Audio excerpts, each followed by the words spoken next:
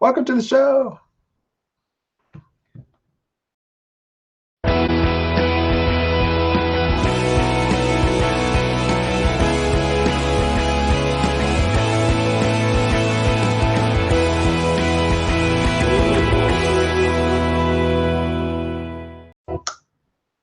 Hello, and welcome to the Content Advantage, a talk show about content for content professionals. My name is Scott Abel, and with me today is my co-host, Megan Gilhooly.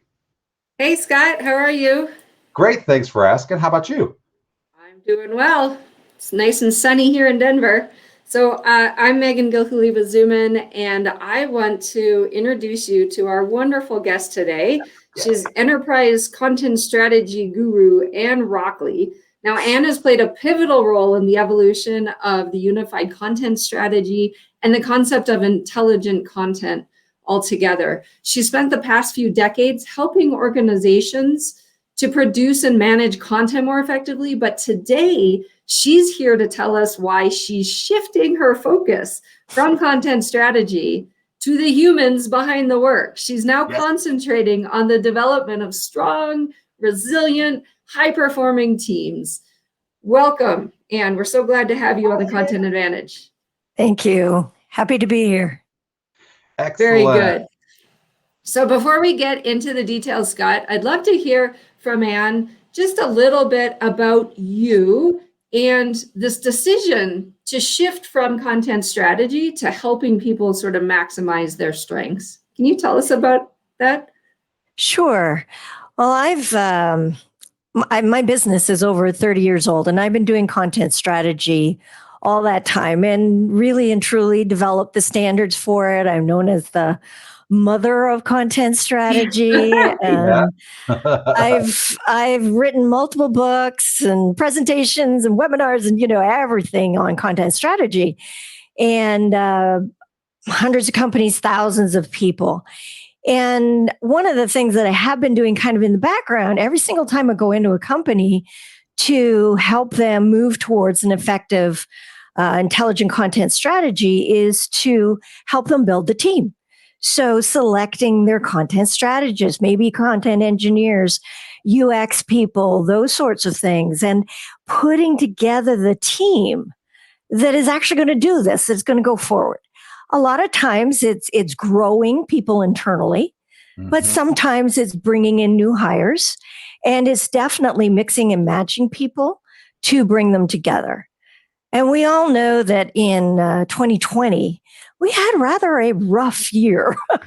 Not from a business perspective. It was insanely busy for myself at any rate, but for people, if they weren't working from home, they ended up working from home and having kids and all sorts of things. And it put more stress on the people and the teams and the effectiveness of those teams and things like that. And it seemed like I was doing so much more of that. And I sort of thought about it and I said, after 31, almost 32 years, it's like, who do I want to be when I grow up? And I just thought to myself, it's time for me to work with people. I've been coaching, mentoring, growing leaders, and now that's where I want to focus. And so that's what I'm doing. And I have handed off my intellectual property to Content Rules, who's in California, and they're carrying it forward.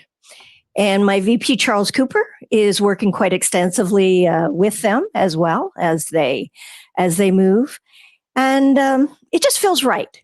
It's working with people. Very nice. Making it happen. Awesome.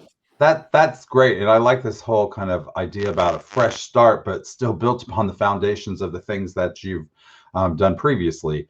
To audience members who just joining us, welcome. Before we continue the show, let me tell you a few things about our platform. Today's show is being recorded. You can access the show recording using the same URL that you're using to watch today's show. About a half an hour after the show ends today, the live recording will become, or the live show will become a recording that you can access and share with others, and we hope that you will. Also, we can't see or hear you, so you don't have to worry about your camera or your microphone. If you'd like to ask a question of Ann at any time during the show, you can use the Ask a Questions tab located underneath your webinar viewing panel to text in a question. It's not two-way. Ann or I will not be, or Megan won't be chatting you back, but rest assured that all of your questions will land in a queue, and we'll try to prioritize them with the time that we have available for today's show.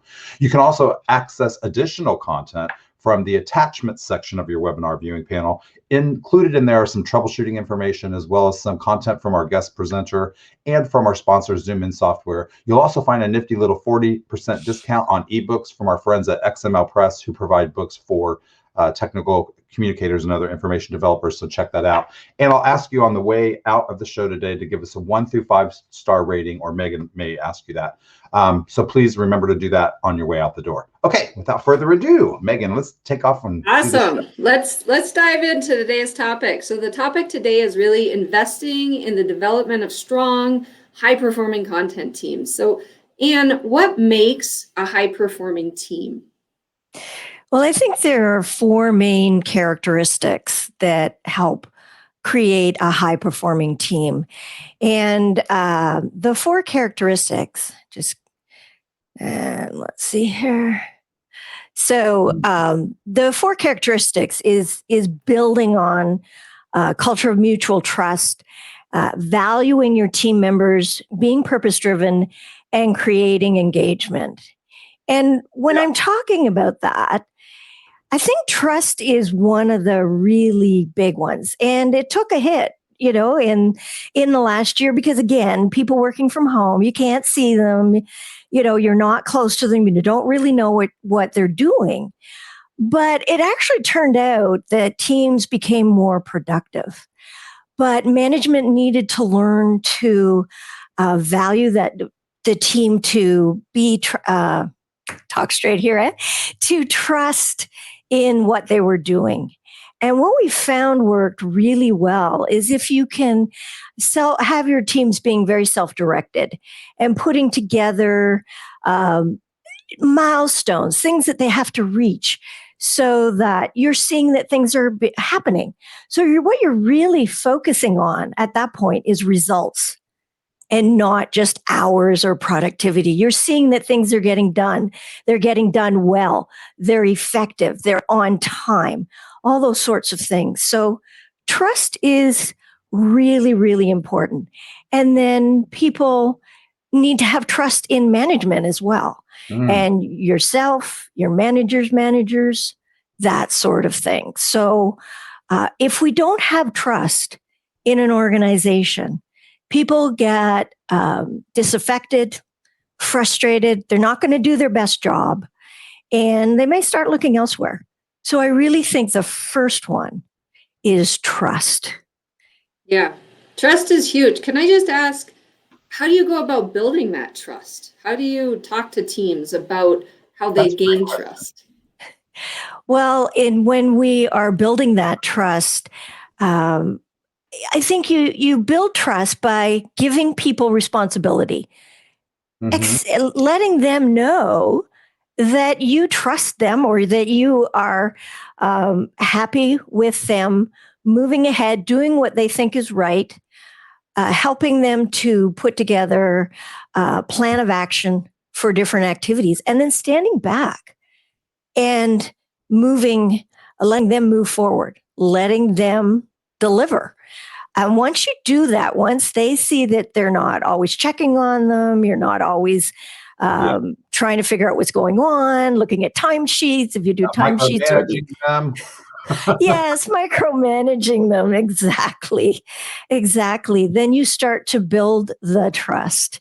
And I think a part of that second one as well, how do you show trust, is part of that valuing people and showing, you guys did a great job. Thank you. You get something done, especially in the insanities of the period that we have just gone through and still are going through. People are working so hard, and say, thank you. You did a great job. You can say it in a meeting. You can say it to management. You can just value them as individuals, as a team. And when you do that, the combination of the two, the value and letting them run and doing what they do best, helps in creating that trust. Yeah, I agree. And I talk a lot about trust. And one of the things I find that is really helpful in building trust within a team is to sit the team down and say, what would make me earn more trust with you as a manager, let's say. So what do I need to do to earn your trust? And then on top of that, I need to trust them, right? Right. And I think one of the biggest points where you have an opportunity to show how you can earn their trust as well as how much you trust them is when they fail. So when they fail, if you fly off the handle and you pull everything away from them, then they're not going to trust you in the future when you give them a big opportunity, right? So I think failure is a big opportunity to really win and earn some trust. Exactly. Yes. And I mean, they always say that failure is an opportunity to learn, and that without failure, we don't learn. And that you've got their back, that okay, this didn't work that well. What can we do differently? How can we improve it? And it may be a variety of different reasons, and working with them, not so much that it's their issue, but it could have been lack of support. It could have been a computer failure. It could have been all sorts of different things. They happen. And the fact that you are saying, okay, let's move on. Let's learn from this. And what can we do better? That absolutely establishes trust. You're so right. Yeah. In our show description, we promised the audience that we discuss some of the ways that you can harness the innate abilities and the instincts of individual team members. Are there actually ways of determining the natural instincts of our team members? And if so, can you tell us a little bit about how that works?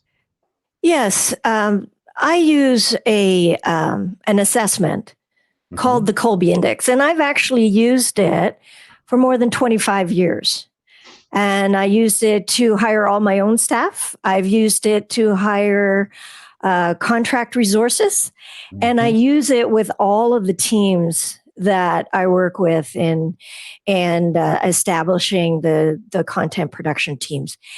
And what the Kolbe Index does is it measures 4 different areas of an individual. It measures those instincts, the willingness to do, the how they're focused. I'm just going to show a slide here. I think this will summarize it pretty well. So when we talk about different things, there's a lot of different assessments out there. And we often look at cognitive, which is your IQ and your skills, your knowledge, things like you would look for, say, in a resume. Those are very cognitive, the thinking part of the mind. And then we also often look at affective, which is the feeling. So assessing, are you motivated? Are you, what is your desire in how you want to address things, your emotions, your preferences, those sorts of things. But what Kolbe looks at is what's called the conative. And that's not a term that most people know, but it's actually been around for hundreds and hundreds and hundreds of years. And the early work that was done in analyzing how the mind works. But conative is about doing. It's your drive, your instinct, your mental energy, the innate forces, talents, that sort of thing. And what I've found as we've started to use the Kolbe is to, one second here. It doesn't want to. Scott, can you just pop those slides back down again? Because it doesn't want to go down for me. There. Perfect. Thank you. It's like, I'm just looking at slides. I want to look at people. Anyway, is that if we really, really understand how people do things and the way that they approach things, the way that they figure out things, the way they communicate, the way they get super jazzed about what they're doing, their mental energy, it can really, really help. And if we are asking people to work in a way that goes the sort of against the that particular process, it's harder. So I kind of use the example with people. Think about when you're walking. Which foot do you put forward first as you start to walk? Is it your right foot? Is it your left foot? Is it, if somebody asks you to change that, you kind of fall over your feet. It is really quite uncomfortable, and you have to keep thinking about it and doing it. Well, as we ask people to work in a way that is different from their instinctive abilities, it's hard. Doesn't mean they can't do it. Right. Absolutely not. It just is harder, and it takes more effort. So when we're putting together the team, obviously we're looking at the skill set and the experience first. That's the very key. We got to know that they can actually do the job. And we often look at motivational factors as well. But then if we look at the innate instincts with people, we can figure out how they work and how the team works together. So we match up the team and determine how that works. And we find out if there's any areas of friction. Yeah. That sort of thing. And just as a practical thing, to interrupt Ann for just a second, Ann and I worked together on a project 20 years ago. And the very that's when I first met Scott. The very first thing she had me do was take the Kolbe assessment. And she never gave me assignments that were out of alignment with what the assessment said were my strengths, my natural strengths. And so she instead would try to leverage my strengths and point assignments toward me that she thought I would naturally be inclined to do. And as somebody is the recipient of those tasks, it felt less friction, but I also knew why she was doing what she was doing. So that may also play a role in how team members perform the duties that they do, the more that they come to understand themselves. Exactly. I tend to understand the world through my kids because I have 4 children and that's my life, right? So I'm going to put a metaphor out here that is going to be kid related. But so I have all 4 of my kids play hockey. One of them's just a beginner, but 3 of them are very competitive. And they all play it a little bit differently. They're all playing the game of hockey, but one of them is very much about attacking the puck wherever it is. He just automatically is going to the puck, go, go, go, no matter, like he's on defense, then offense, then defense, and back. So he is perfect for center, right? Yeah. Another one of the kiddos is very intelligent in the way that he thinks about it. He's always looking at where's the puck going to be, and then he goes to that place, right? And so he sets up plays for other players. And then the third one is much more defensive. He's much more like, no, you just put me in the way of the goal and I'll make sure that they don't get to the goalie. And so they all play the same game, but they have different ways of playing. And that sounds very similar to what you're talking about here. And Absolutely. I often use that as a way to think about my teams when I'm managing teams. Yes, that's a perfect example. Yeah. Of how people approach things differently. And you say they're, 3 of them, the older ones, they're very competitive and they do very well at it. And if we say, okay, well, that individual is going to focus in and figure things out immediately, we put them in different aspects of the project. Maybe they're on the figuring out things. Maybe they're the ones who really simplify things. So people who don't really like processes a lot, they can get frustrated, I got to do this, this, this, and this. But they're really, really good in looking at it and saying, what can we do better? How can we be more efficient? How can we be more effective? Because they're always looking at it that way. And you've got thinkers, innovators who have a lot of ideas. And you're talking about your kids. And I have to share an anecdote that I have with my daughter. I'm going to take 1 second here and show the slides again. And I'm going to show you my Kolbe. And it's got the 4 areas. It's a fact finder. So these people need a lot of information. They like facts, details, that sort of thing. Follow through, getting things done. Quick start. They're fast off the mark. They have lots of ideas, very innovative. Not always the best at getting things done, but they're great on ideas. And then an implementer is the kind of person that builds things. So, you're thinking about your production teams, and often the people who are really good at putting together the help files or the website or the FAQs or that sort of thing, the actual building of it, tend to be implementers. Anyway, I don't have my daughter's one to show here, but as you can see, I'm a 9 on the quick start. She was a 1, which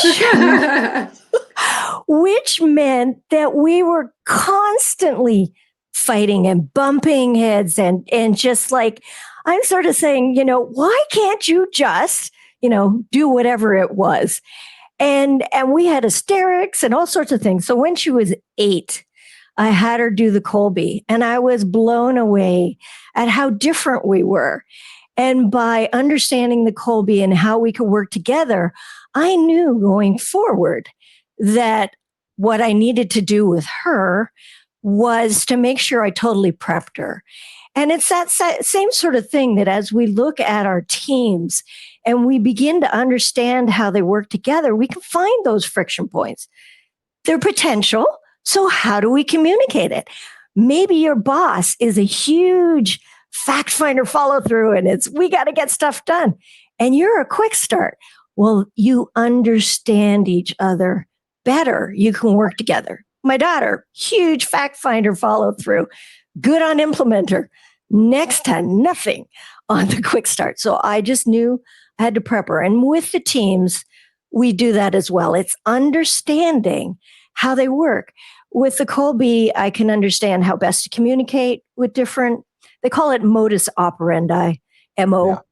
Yeah. Find out how to motivate them. That's really important. What kind of things jazz them, and what excites them. Where do they get their thrill? All that kind of thing. Because we work for a living, but we work because we value what we do and we're excited about getting it done. And so the Colby has, I can say, I swear by it. I've used it over and over and over again. And it works. Well, and the thing I tell the audience about this is that when I first met you, because of your focus on your deep focus on intelligent content concepts as you were trying to develop that, I just assumed that you were implementing all this stuff. But when we worked together on podcast, I realized, oh my goodness, she is like the brainstorming. They're going everywhere, and then somebody else has to come and organize them, and then she comes and makes sense of them again, and then they get reorganized again. But it's not like they just magically pop out of Ann's head in some magical structure. She's stronger at it. She's stronger at the envisioning part, right? Than the implementing part. And when she had team members that were implementers that had strong implementation scores, they melded together very well. And I think that's what you're after, is that like perfect bouillabaisse of employee engagement, right? The right kind of team that you need for the reasons that you need them. Exactly. You want to make sure that it fits, and you want to make sure that you are each of the members are complementing each other, and that augmenting each other, and that if you have any gaps, and maybe you're at the process, you need a new person right now, and you might start to look and say, well, how can that person maybe fill the gap? Obviously, skills. You got to fill that gap, but in how they work together too, because you can have great teams that are friends for life, literally, once they work together, regardless of what happens to them over time. I haven't done the Colby with teams. I'm very excited to take it back to my team, but I've done other sort of similar things. And what I find is that when you know which buckets people fit into, you can start to tell stories around that. So when two people are butting heads, instead of them actually butting heads and going for like a hockey fight, it ends up being, well, that's just the bias for action in you. So like, I need a little more invent and simplify, right? Or whatever. You can use whatever terminology you want. I guess quick starter and I forget the other one, but fact finder. You could, fact finder. So you can just be like, okay, fact finder, like go find your facts and then come back to me, and you can kind of joke about it. And it adds to the story of the team and really helps the team mesh in a very, very different way than they would without it. It does. I was just going to say that when you understand your team members, so you've got that fact finder, it's like you don't get mad at them. I mean, that is who they are. Right. And the fact that they need facts, or like on mine, where I'm a 6 on the fact finder, means I like to explain things. Are we at all surprised? I mean, how many courses have I done? Books have I done? That sort of thing. I like to figure it out. And then I like to explain it. Well, we appreciate Right. what the others bring to the table. And me being a quick start and I don't implement, I love people who help me get things done. Yeah. It's you appreciate each other. It's like, I'm not great at that, but you're fantastic at that. And I value it. So. Yeah. Speaking of value, how do we deal with these challenges that we've had today? So many people are working remotely. Do you have any information you can share about how maybe we could use these techniques that you've identified to develop high-performing remote teams? Seems like it would be easier when you're in close proximity, is what I was getting at. Well, and that is something that a lot of people have believed, that you have to be in close proximity in order to build an effective team. And that's not actually true. And in fact, many teams have even, been more productive, more effective, because they've worked so much harder to build that relationship with each other, and to find out more about them, be closer with them. So one of the things that I've done is I have written an ebook for management on building strong and resilient remote teams, and talking about some of the challenges associated with that. And of course, I do the Colby. We're calling it the Resilient Team Advantage.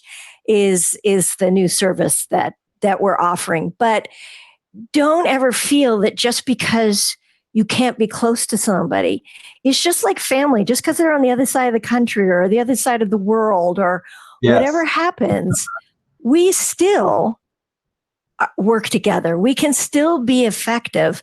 And the more we know about each other, the more we understand, and the more we can complement and work together. I'm always, showing the team coming together, that we can do that. And being remote has been wonderful for a lot of companies and their teams. So it's not to say we'll always stay remote.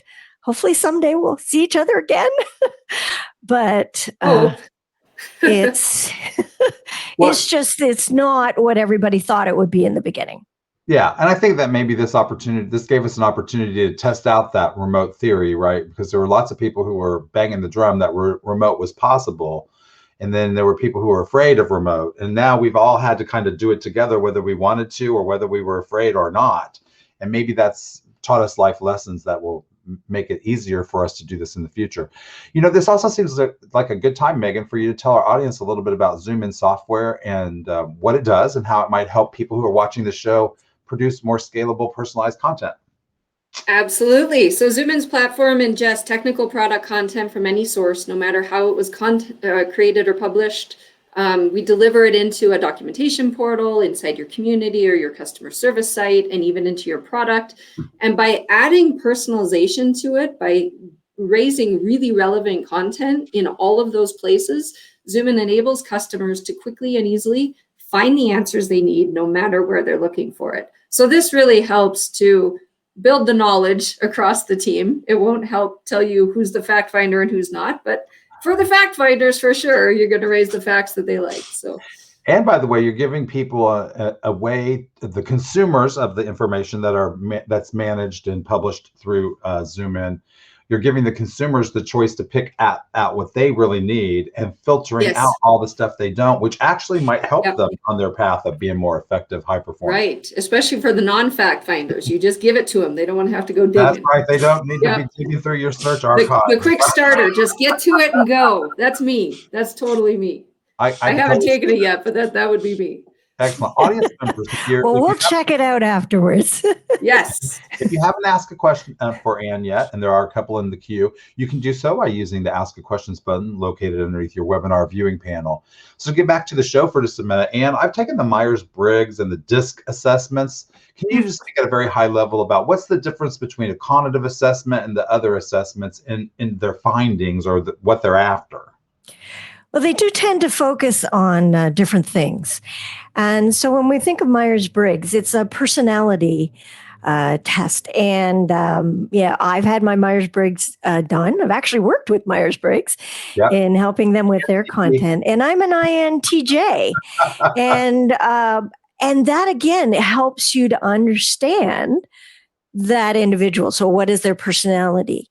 So personality and DISC tend to be more on that sort of side. And there's one print, which is very focused on motivators and things like that. And so they do look at different aspects of the individual. And it's important, again, to have that more well-rounded understanding of the person. And I just focus on the Kolbe because when it comes right down to it, I need a team that's getting things done. And so I want to make sure I understand how they work, and I want to make sure that they understand how each other works. And I want to make sure that we, at the end of the day, are have lots of mental energy and get things done. So this makes me think of, like with Myers-Briggs, I've sort of changed over the years, right? When I took it when I was quite young, I was much different than I am today. So I assume that it's important to take a test like Kolbe every time you have sort of a new team, right? If the team goes away and comes back together in a different form, would you need to retake the Kolbe in a certain interval of time to see, or is it something that it pretty much tells you what you were born with? I took mine yesterday before you answered. Just so you know, I took it yesterday and I took it 12 years ago. So go ahead and answer, and then I'll tell you what my score was. Okay, I took mine in 1995, and I took it again in 2019. Excuse me, when I became a consultant. It had not changed. My daughter is now 32. She took hers when she was 8. So not well formed at all at that point. I mean, they're just growing. They're wonderful. And she's now 32, and she hasn't changed. And you don't change. Yeah. You might change by one number in one area, but you don't change. And so what you do when you have a different team is you just take their Kolbe A index, as it's called, and you put them together as a team, and then you match and work out how that does. So things like Myers-Briggs, it can change because it's personality. Yeah. It's not innate. It's not how you tick. It's not what makes you, but it is your personality. So that's what's different. So Scott, were you the same? Yeah. So we need to hear. I changed by one number, and when I mean that, I mean like I'm still the exact same profile, but one of the measures on the 1 to 10 is slightly different by 1 point. And and the questions I couldn't, I was asking myself, like, do I remember the questions? Like, can you remember them from that long ago? No way. And what I recognized was no, first of all, and second, then I did a little research and found out that's intentional. They purposely don't just list all the questions so people can know their favorite answers. And they mix them up and have different ways of asking the question, as you might imagine from the surveys. Yeah. So it makes you feel like it's a fresh assessment when you're taking the multiple choice format, by the way, is what it is. It's very simple answers, and you just pick one that's instinctive. The challenge becomes, I'm also certified to do this kind of consulting. That's not something I do as an offering, but I'm skilled in that way because of learning from Ann. And one of the things I've recognized is I can give it to other people, and they quickly have something to say about themselves. All of a sudden, their eyes light up, and they're like, "Oh my God, that's why I can't talk to my friends. That's why I can't, communicate effectively to my stepmother," or whatever it is, because we're so different.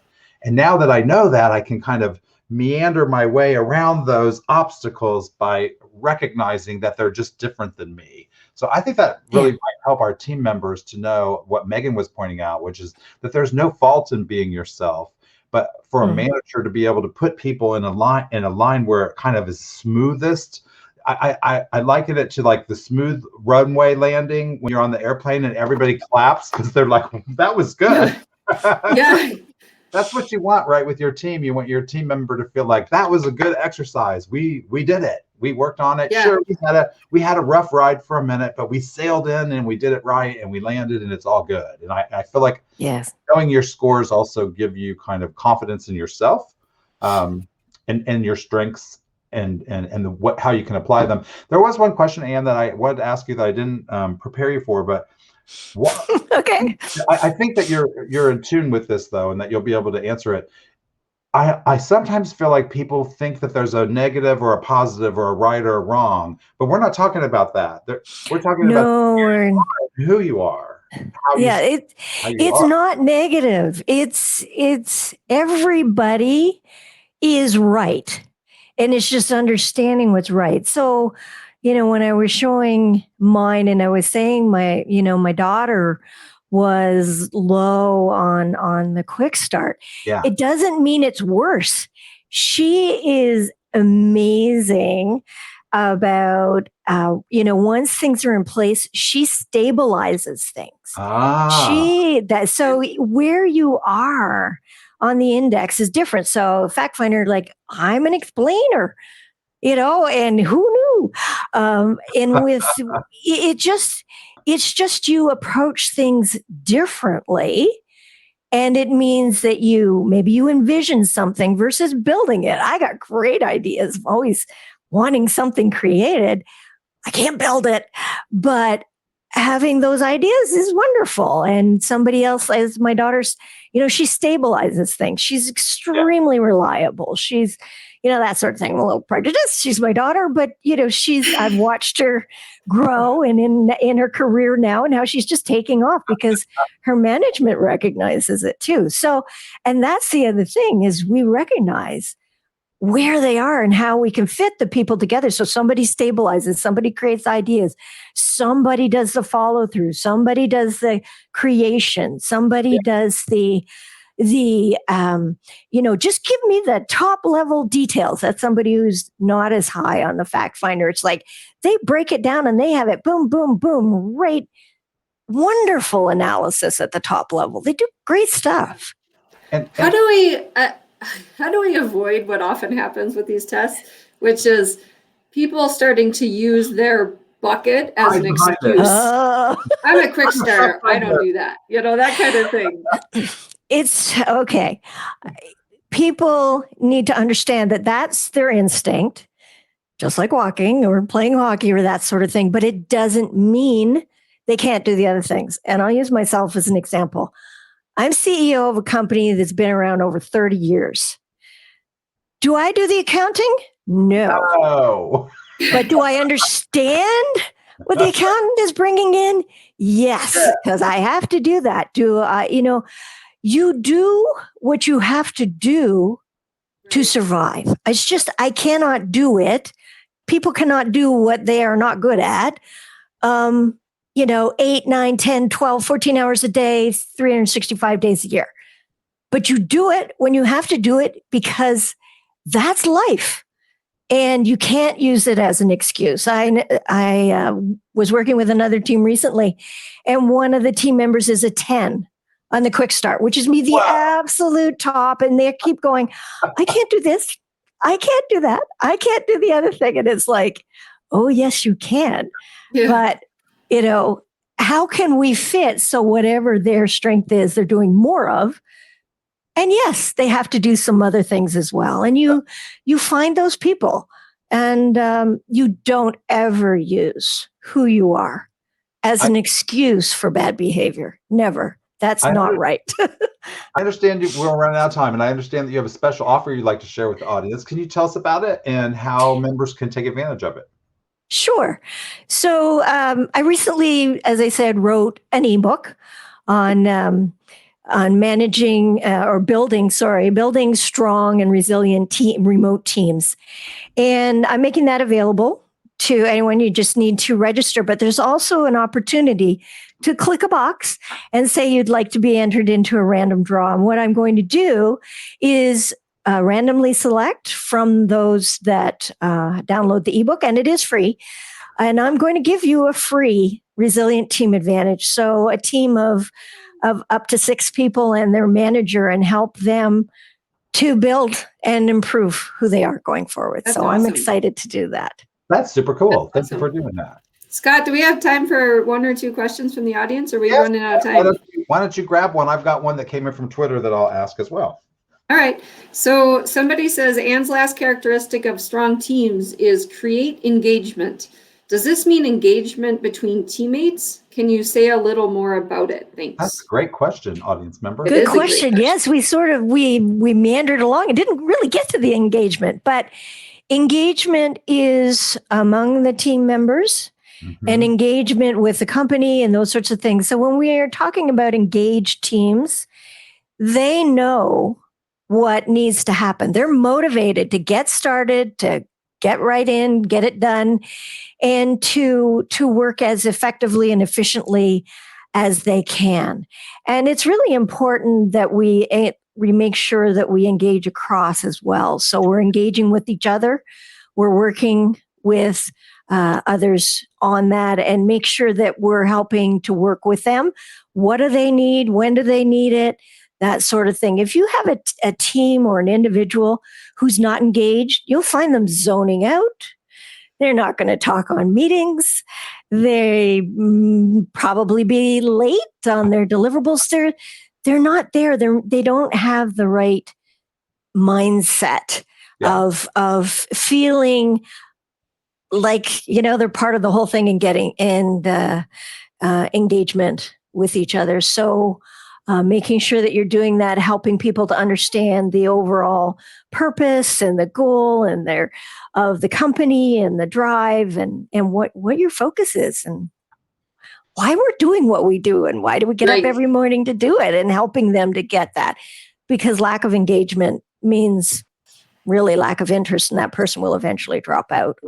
Yeah. So one of the questions that is coming in from afar is there a way, and I think they're asking if this is similar to mapping the customer journey. Could you map the tasks that you have to the strengths that are available to your team, so you could parcel out the work differently? So the manager, instead of saying you're in charge of XYZ product B, because it's easier for one person to do product B and one person to do product A, and you have 2 people and you have 2 products, it makes sense. One of them over here, one of them over there. Let's get busy. But should we be thinking about it more granularly, like we do content, and maybe aiming the tasks at people? I'm not sure. Yes. I mean, again, go back, you got to have the skill set first. So they need to be able to do it. But when we have multiple people on a team or multiple teams, multiple products, that sort of thing, you might have, someone right in the beginning, like figuring out, how does this software work or whatever the case may be. They're really fantastic at pulling that together. Somebody's really creative at putting that content together, an effective user experience, those sorts of things. So we map how people do things. And the quick start might be somebody who's like, well, we could do this, or we could do that, or we could do it that way. Great. Yeah. Okay, now let's grab that and let's figure out how we're going to do it. So yes, we map it to your task. You map it to the flow going across your team over time, and make sure you got the right people at the right time. And yeah, as we said a few minutes earlier, you might have to do a little bit more at this point because of deadlines, that sort of thing. Yeah. But putting together like a journey is very effective. It seems like task orchestration or something to that effect. Like I could see a choreographer, like everybody's working in concert now. Totally. It's like choreography, yeah. Do we have time for one more question, or are we done? Let's do that, and then we'll last one. Okay, there's an interesting one here, and I'm going to paraphrase it a bit, but somebody's asking, in essence, will you learn something about people here to be able to earn trust by managing them in a certain way? Meaning there may be some people that like you to check in fairly consistently, and other people might see that as micromanagement. So have you seen that play out? Yes. What we do is we learn how to communicate, and we learn what's effective, and we learn what works well for them. So as you say, if your boss is never talking to you, and so they're not micromanaging, you might feel, it doesn't I don't care, care. out of sight, out of mind, that sort of Yeah. thing. You want that versus somebody else. It's like, I just told you that, or we talked about that last week Right. or 2 weeks ago, or you can see what I'm doing. And maybe they don't need that. They just need a light touch. So that comes down to that whole communication thing and understanding how best to communicate based on a person's MO. And you can talk too and say, hey, do you want this or do you want that? Do you want one-on-ones? Or are you okay, having that once a month? Or would you prefer more frequently? All of those sorts of things. Right. That Very makes nice. perfect sense. Yes, thanks for sharing all this, Ann. I know there are a lot of team managers out there that are trying to make the best of the situation that we have at hand, especially as our working conditions may be ebbing and flowing into new directions. So I think this is valuable information for team managers to think about. Megan and I both would like to thank you for joining us today and being on the show. And thanks to you, the audience, for being here. We really appreciate it. So before you Thank guys you. sign off, we really want to hear what you thought of today's show. Give us a rating. Use the Rate This tab located in your webinar viewing panel. Give us a 1 to 5 star rating. Definitely leave comments. We read every single one of them. If you've got questions that we didn't get to, we will answer them afterwards. And yes, thank you, Ann. This was really, really fabulous. Well, thank you. I really enjoyed being here. Hey, and before you go, audience members, I want to encourage you to be on the lookout for an email invitation to the next Content Advantage show, which takes place Tuesday, March the 30th. You're going to be super excited when we chat with Sarah Winters. You might know her as Sarah Richards. We're going to chat with her about the emerging discipline of content design. You'll learn what it is, what content designers do, and how the role differs from other information development jobs like the one that you may be working at right now. So definitely you'll want to join us for that show. Until we see you again, we want you to be safe and be well and keep doing great work. Thanks for joining us, everybody. Have a good day. Thanks. Bye. Ensure your customers find the answers they need with Zoomin. Bring together product content from all teams and sources to deliver a unified, personalized content experience. Check us out at www.zoominsoftware.com. Goodbye. Bye.